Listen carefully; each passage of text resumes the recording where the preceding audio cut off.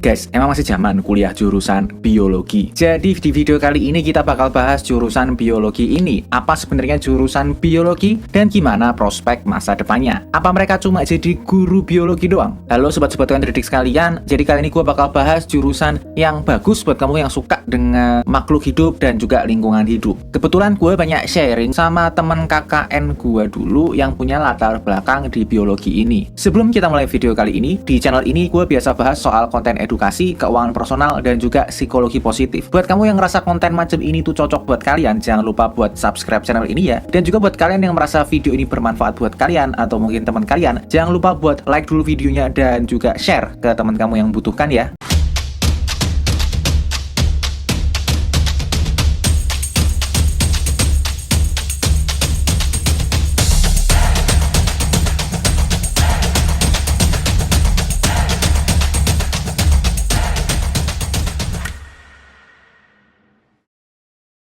Oke, mungkin banyak dari kalian yang masih bertanya-tanya, biologi itu belajar apa, lingkupnya apa aja, ini ilmu tentang apaan? Jadi sebenarnya biologi itu adalah ilmu tentang makhluk hidup dan juga hubungannya dengan lingkungannya. Biologi sendiri itu mempelajari itu struktur, fungsi, pertumbuhan, evolusi, persebaran, dan juga taksonomi dari organisme makhluk hidup itu sendiri. Nah, biologi ini tuh cocok buat kamu yang menyukai hewan dan juga tumbuhan, serta kegiatan-kegiatan yang sifatnya outdoor. Jurusan ini bakal bisa membuatmu menyatu dengan alam hidup hampir sepenuhnya ya, karena banyak kegiatannya yang benar-benar di lingkungan hidup. Nah, biologi sendiri sebagai ilmu hayati pembangun itu sangat luas banget lingkupnya. Jadi gue di sini akan membagi lingkup-lingkupnya dalam area konsentrasi atau fokus penelitian dari biologi. Sebenarnya ada banyak banget, tapi di sini gue mencoba mensimplifikasi ke area-area tertentu. Yang pertama adalah biokimia. Jadi ini fokusnya itu kimia, tapi dia mengkaji masalah kehidupan. Di sini juga ada biologi molekuler, yang ini fokusnya itu ya biologi atau kehidupan, tapi skalanya molekuler. Lalu ada botani, jadi ini fokusnya biologi untuk tumbuhan ya. Lalu ada juga fisiologi, ini fokusnya itu fisik, kimia jaringan organ dan sistem organ, yang ini banyak juga dipelajari sama orang kedokteran. Lalu ada juga mikrobiologi, jadi ini fokus biologi pada organisme yang skalanya mikro. Lalu ada juga ekologi, jadi ini fokus interaksi antara organisme dan lingkungan. Banyak juga dikenal sudah berdiri di jurusannya sendiri, yaitu ilmu lingkungan. Lalu di sini teman-teman udah dapat gambaran secara besar jurusan biologi itu belajar apa aja, sehingga kita bisa masuk. Yang pertama adalah gaji ya. Tapi kalau kita ngomong gaji, ini kita nggak bisa langsung masuk gaji gitu aja, karena kalau kita ngomong kuliah itu butuh waktu, butuh uang, sehingga kita bisa bilang ini investasi. Kalau waktunya kita udah tahu, selanjutnya kita harus tahu biaya yang harus dikeluarkan di awal untuk investasi kita ini. Dan kalau kita ngelihat ya dari fakultasnya juga, dari data yang gue ambil juga, perkuliahan biologi ini biarpun memang membutuhkan alat, tapi secara umum dia itu biaya kuliahnya itu wajar karena dia masih masuk ilmu murni di fakultas MIPA. Beda sama saudaranya, katakanlah bioteknologi atau rekayasa hayati yang sudah masuk di fakultas teknik. Karena sudah tahu biaya kuliah yang wajar, kita akan membahas beneran gaji kali ini. Dan kalau masalah gaji ini akan gue bagi menjadi dua, yaitu gaji per posisi senioritas dan juga gaji rata-rata per jurusan dari keseluruhan lulusan jurusan ini. Dan untuk itu kita mulai dulu dari gaji per posisi senioritas. Kalau kita bicara senioritas, dimulai dari yang paling awal, yaitu yang paling nggak senior atau istilahnya fresh graduate-nya. Dan untuk fresh graduate-nya ini dia ada di range gajinya 3-5 juta. Jadi memang lulusan biologi ini pada tempat-tempat yang tidak favorit atau tempat kerja yang biasa-biasa aja, entry levelnya dia memang bisa dibilang kurang ya, batas bawah dan atasnya ya, karena memang untuk lulusan biologi ini nggak banyak perusahaan yang membutuhkan ya. Karena itu lulusannya dibandingkan kebutuhannya akan lebih banyak lulusannya secara umum. Itu akan berdampak pada pemberi kerja yang tidak punya standar penggajian yang jelas. Lalu kita lanjut aja, masih di entry level, tapi kali ini tempat kerja yang favorit. Dan kalau biologi kita langsung ngomong aja PNS ya favoritnya ya. Dan untuk gaji PNS lulusan biologi ini range-nya ada di 6 juta sampai 8 juta. Jadi untuk gaji 6 sampai 8 juta ini bisa dibilang batas bawahnya kurang, batas atasnya juga sangat kurang. Karena ya memang kalau kita ngomong biologi ini kebanyakan mereka akan kalau di PNS ya menjadi guru atau peneliti. Dan untuk itu gaji mereka di Indonesia ini ya memang tidak tinggi. Lalu kita selanjutnya akan bahas lagi yang sudah nggak junior, kita bicara yang senior, yaitu senior senior biologi, di sini berarti pekerjaannya memang senior, bukan manajer, bukan pemilik usaha. Dan kalau kita bilang senior spesialis atau senior ilmuwan biologi, itu ada di range gaji 12 juta sampai 20 juta. Bisa dibilang batas bawahnya itu kurang dan batas atasnya juga kurang, sehingga kita emang tahu ya kalau biologi ini di tempat kerja yang favoritnya aja terbatas, sehingga untuk senior level juga penggajiannya lumayan terbatas. Dan kalau kita ngomong sih memang karena mereka ini idealnya adalah menjadi peneliti dan pengajar, di kasus-kasus tertentu lulusan biologi ini bisa aja mereka yang mengabdi sebagai akademisi itu bisa menjadi guru besar. Dan kalau udah jadi guru besar, mereka bisa mengantongi gaji itu lebih dari 25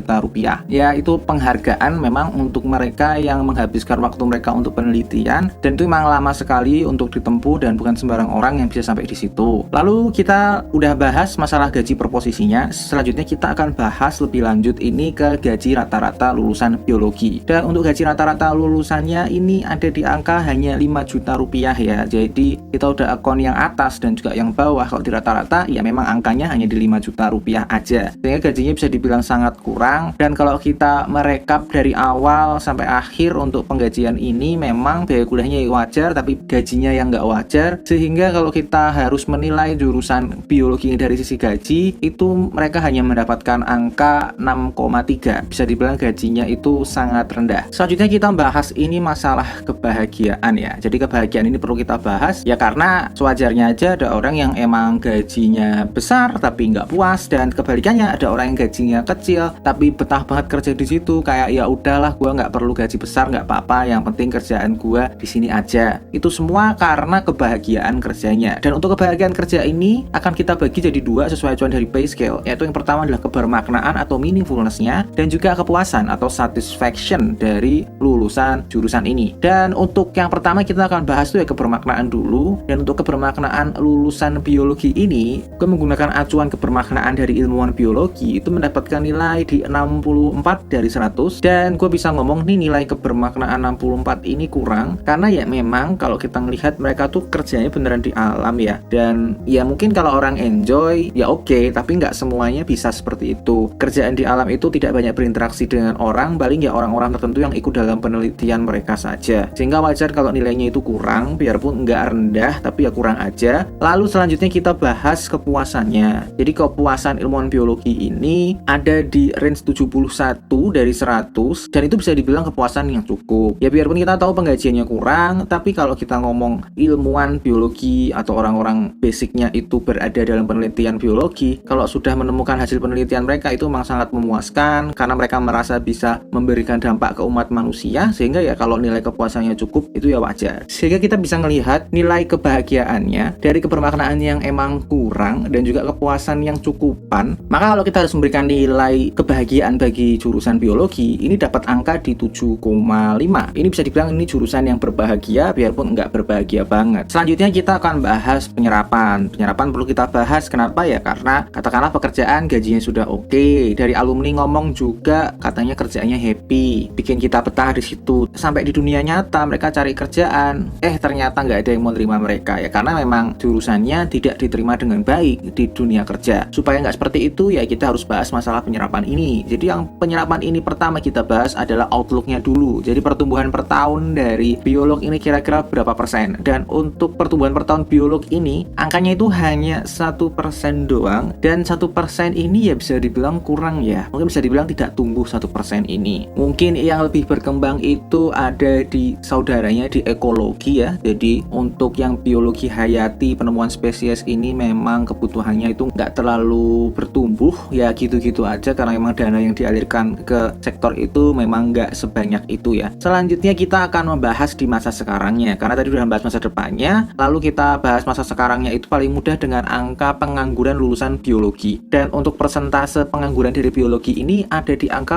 4,2%. Bisa dibilang jumlah ini memprihatinkan ya. Apalagi kita ngelihat pertumbuhannya juga tidak tumbuh, penganggurannya juga segini, lulusannya juga setiap tahun itu bertambah kan. Jadi cukup mengerikan juga ya untuk biologi ini. Dan kita akan buktikan aja pengangguran yang memprihatinkan ini dengan jumlah lowongannya. Dan kalau kita ngomong lowongan lulusan biologi ini, gue cari di Jobstreet itu nggak nemu, tapi gue cari di LinkedIn itu ketemu. Angkanya di entry lowongan kata kunci biologi itu ada 100 lowongan. Jumlah 100 lowongan untuk untuk seluruh Indonesia itu bisa dibilang ya sangat kurang. Mungkin ada kanal internal untuk pencarian pekerjaan biologi ini, tapi kalau gua ngomong ya ini secara objektif masih sangat kurang ya. Nah, kita udah bahas penyerapan yang kelihatannya kurang oke dari tadi, tapi tetap ada kan yang bekerja dari lulusan biologi ini. Nah, pertanyaan selanjutnya adalah di mana sih orang-orang yang saat ini bekerja mencari nafkah saat ini? Dan kalau mau menjawab itu ya kita menjawabnya dengan industri mayoritas lulusan biologi ini. Industri mana yang paling banyak mengambil lulusan jurusan biologi ini? Yang pertama itu riset ya. Jadi riset ini memang wajar karena biologi ini adalah ilmu murni, ilmu pembangun. Jadi kalau lulusan biologi ini banyak masuk ke riset saintifik itu ya wajar-wajar aja. Terus yang kedua, mereka juga cukup banyak bekerja di kampus. Kalau kita ngomong akademisi itu terkaitan mengajar dan juga meneliti ya. Jadi di kampus juga banyak lulusan biologi ini. Lalu juga ada pemerintahan. Jadi seperti yang udah gue sebutkan tadi, memang menjadi bagian dari pemerintahan. Untuk lulusan biologi ini idaman ya. Jadi lumayan juga jumlahnya yang bisa masuk pemerintahan karena memang dari awal mereka lulus itu sudah ada semacam mindset bahwa idaman lulusan biologi ini ya masuk jadi pemerintahan. Di laboratorium medis juga, laboratorium medis ini sifatnya pengecekan dan pengetesan hasil medis ya, hasil labnya. Ini lulusan biologi juga diserap di sini. Lalu ada industri produksi kimia atau pabrik kimia, ini juga menyerap ya untuk lulusan biologi ini, biarpun nggak sebesar lulusan kimia atau teknik kimia karena core-nya mereka, tapi lulusan biologi juga terserap di sini.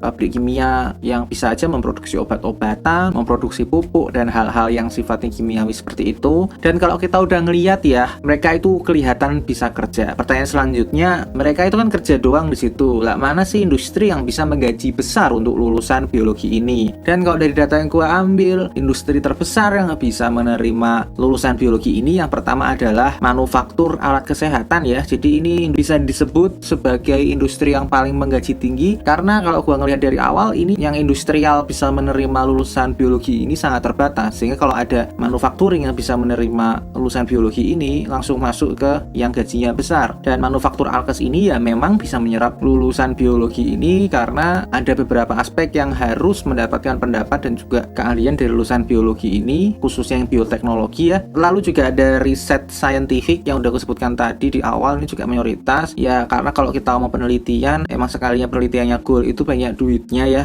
Tapi memang secara umum kan banyak yang bekerja di kampus dan di penelitian ini, tapi memang riset saintifik ini membutuhkan keahlian dan juga waktu pengabdian dalam penelitian yang cukup lama ya. Jadi ya make sense kalau gajinya besar. Tapi kalau kita harus membuka mata dari awal tadi, kita lihat industrinya itu ya benar-benar di situ-situ aja. Memang ada satu sisi itu mereka mengerjakan hal-hal yang sifatnya medis, aman gitu ya, tapi secara umum sangat sempit kalau gue ngomong jurusan biologi ini variasi industrinya. Jadi gue bisa ngomong variasi industri untuk lulusan biologi ini kurang ya. Dan kalau kita ngelihat dari awal untuk penyerapan ini, dari awalnya dia pertumbuhannya aja hampir nggak tumbuh ya, dia kurang ya. Lalu lowongannya juga sangat kurang, penganggurannya juga memprihatinkan ya, dibuktikan dengan lowongannya yang sangat kurang tadi. Variasi industrinya juga gitu-gitu aja, bisa dibilang ya emang kurang. Sehingga kalau gue harus menilai penyerapan biologi ini, ya mohon maaf angkanya hanya di 6,3. Jadi bilang ini sangat kurang terserap ya untuk lulusan biologi ini. Kemudian kita lanjut lagi bahas kemudahannya. Jadi kemudahan ini yang pertama adalah seberapa mudah kamu bisa menyelesaikan jurusan ini sampai kamu lulus, dan setelah kamu lulus seberapa mudah sih kamu bisa pakai ilmu yang kamu dapatkan selama perkuliahan itu ke dunia nyata tanpa harus jadi ilmuwan biologi ya. Nah, kalau di sini yang pertama kita bahas dulu seberapa mudah kuliahnya. Kalau seberapa mudah kuliahnya itu kita bicara beban studinya. Kalau dari pemeringkatan 90 jurusan biologi ini tuh ada di urutan ke-25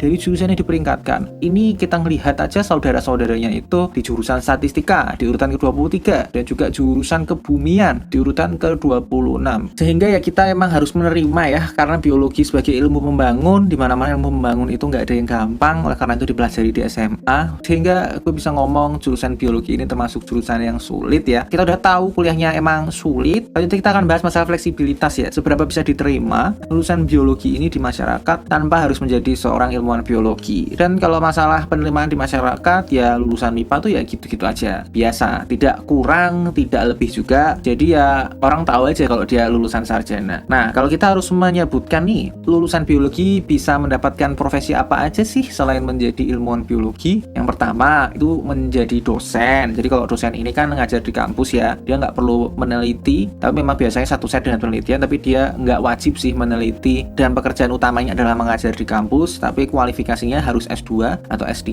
Terus bisa juga menjadi PNS. PNS ini kementeriannya Kementerian Lingkungan Hidup, di badan riset juga bisa, jadi dosen juga bisa dibilang PNS kan. Di dalamnya pun kamu nggak harus menjadi ilmuwan biologi ya, jadi bisa menjadi analis biasa, tidak harus berurusan dengan riset. Lalu bisa juga menjadi pengusaha ya, karena biologi ini ilmunya secara umum sulit, sehingga orang-orang biologi ini kepalanya sudah terasah dengan perkuliahan, biarpun mereka secara umum harus belajar lagi karena biologi tidak mengajarkan sedikit pun terkait ekonomi dan bisnis. Lalu bisa juga menjadi guru ya, di sini kita ngomongnya pengajar di sekolahan ya, nggak jadi dosen tapi bisa jadi guru. Lalu lulusan biologi ini juga punya prospek kerja menjadi ahli K3 atau istilahnya safety ya, jadi ini pengawas K3 untuk pekerjaan atau proyek. Lalu mereka juga bisa masuk ke industri pangan, jadi industri ini membutuhkan jasa lulusan biologi untuk substitusi jurusan-jurusan yang umumnya mereka terima di pertanian atau pangan ya. Jadi kalau gua ngelihat fleksibilitasnya sih memang yang menarik hanya pangan aja, yang lainnya itu nggak jauh-jauh dari kodrati mereka sebagai pengajar atau ilmuwan biologi, sehingga ya gue bisa ngomong fleksibilitasnya itu sangat terbatas ya. Dan gue bisa ngomong ya jalur mereka tuh ya ke situ-situ aja, peneliti, pengajar, mostly ke situ, sehingga gue bisa ngomong fleksibilitasnya itu cukup sulit, nggak terlalu bagus untuk jurusan biologi ini. Dan kalau kita ngelihat perkuliahan yang emang sulit dan juga fleksibilitasnya juga sulit, di sini gue bandingkan dengan jurusan yang lain. Biologi ini masih mendapatkan nilai di 7, bisa dibilang sedang aja kemudahannya, karena emang nyatanya ada jurusan yang kondisinya lebih sulit dari ini. Terakhir kita akan membahas keberlanjutan dari jurusan ini. Dan kalau kita ngomong keberlanjutan ini, itu adalah seberapa aman ya di masa depan. Dan itu detailnya apa? Yang pertama, seberapa mudah sih mencari pekerjaan yang aman atau stabilitas kerjanya. Dan yang kedua itu kita nggak bisa melupakan gelombang otomasi ya. Jadi seberapa mungkin sih pekerjaan biologi ini digantikan oleh robot. Jadi yang pertama itu seberapa mudah mencari pekerjaan yang aman untuk lulusan biologi ini. Biologi ini kan takdirnya sebenarnya jadi pengajar atau riset ya. Tapi kalau pengajar itu kan lebih banyak di pendidikan biologinya, sehingga tetap gue memberikan asumsi dasar bahwa mereka itu menjadi periset. Dan kalau periset itu nggak banyak yang bisa menerima, kebanyakan proyek dari pemerintah, yang dari swasta itu jarang. Sehingga dengan kita melihat emang banyaknya periset itu dibutuhkan di pemerintah dan porsinya sendiri itu sedikit ya, sehingga ya mohon maaf banget, dengan lulusan yang banyak dan penerimaannya yang nggak seimbang ini, kebanyakan akan bekerja lepasan. Sehingga gue bisa ngomong stabilitas kerjanya ini rawan dan sangat tidak stabil dengan kondisi penyerapan yang sekarang. Tapi kita di sini akan lanjut ke masa depannya lagi. Jadi seberapa mungkin sih pekerjaan biologi ini digantikan oleh robot? Dan kalau kita ngomong kemungkinan otomasi seorang biolog yang bekerjanya itu benar-benar ke alam, yang secara umum itu bahkan kendaraan buatan manusia aja belum tentu bisa masuk ke situ ya. Sehingga kalau kita ngelihat persentase otomasinya itu make sense ya, emang angkanya di 4%. Jadi kemungkinan otomasi untuk pekerjaan biologi itu ya memang bisa dibilang sulit. Dan kalau kita ngelihat ya dari awal masalah keberlanjutan ini, yang keamanan kerjanya itu ya rawan, sangat tidak stabil untuk keamanan kerja lulusan biologi ini. Tapi kemungkinan kerjanya digantikan robot itu sulit ya. Jadi ya memang ya kalau kita ngomong mereka tidak dapat kerjaan, mereka tuh berhenti dari pekerjaan saat ini, ya di 30 tahun, 50 tahun ke depan pekerjaan biologi ini ya masih ada. Tapi ya kalau kita ngelihat rawannya itu, kemungkinan mereka tidak bekerjanya juga ya bisa dibilang sangat mengkhawatirkan ya. Sehingga kalau kita ngomong nih nilai keberlanjutan jurusan biologi ini dalam angka, itu gue bisa ngasih angka 7,3. Bisa dibilang agak kurang berkelanjutan. Nah, kita udah sampai di penghujung video kali ini ya. Jadi untuk nilai jurusan biologi ini, itu kita bisa lihat dari awal sampai akhir, dari penggajian sampai keberlanjutan, angkanya udah ada semua. Kalau pengen nilai untuk jurusan biologi secara jurusan, itu tinggal kita rata-ratakan aja. Makanya nilai dari jurusan biologi ini angkanya ada di 6,9. Jadi jarang banget memang yang angkanya bahkan di bawah 7. Dan kalau kita bandingkan dengan jurusan yang lain, jurusan biologi ini mendapatkan nilai huruf itu di D, bisa dibilang kurang ya. Kalau bisa cari jurusan yang lain yang lebih bisa diterapkan dan lebih dibutuhkan ya. Jadi review ini gue cukupkan. Kalau masih ada pertanyaan, jangan malu-malu, tulis aja di komentar. Kalau kamu merasa cocok dengan isi dari video ini, jangan lupa buat like, share video ini, dan juga subscribe channel ini. Buat kamu yang merasa video ini nggak sejalan dengan pikiranmu atau bahkan merasa video ini ofensif buat kamu, dislike aja, gue nggak apa-apa. Gue ucapin terima kasih buat kalian yang udah nonton video ini sampai habis. See you in the next video. Bye-bye.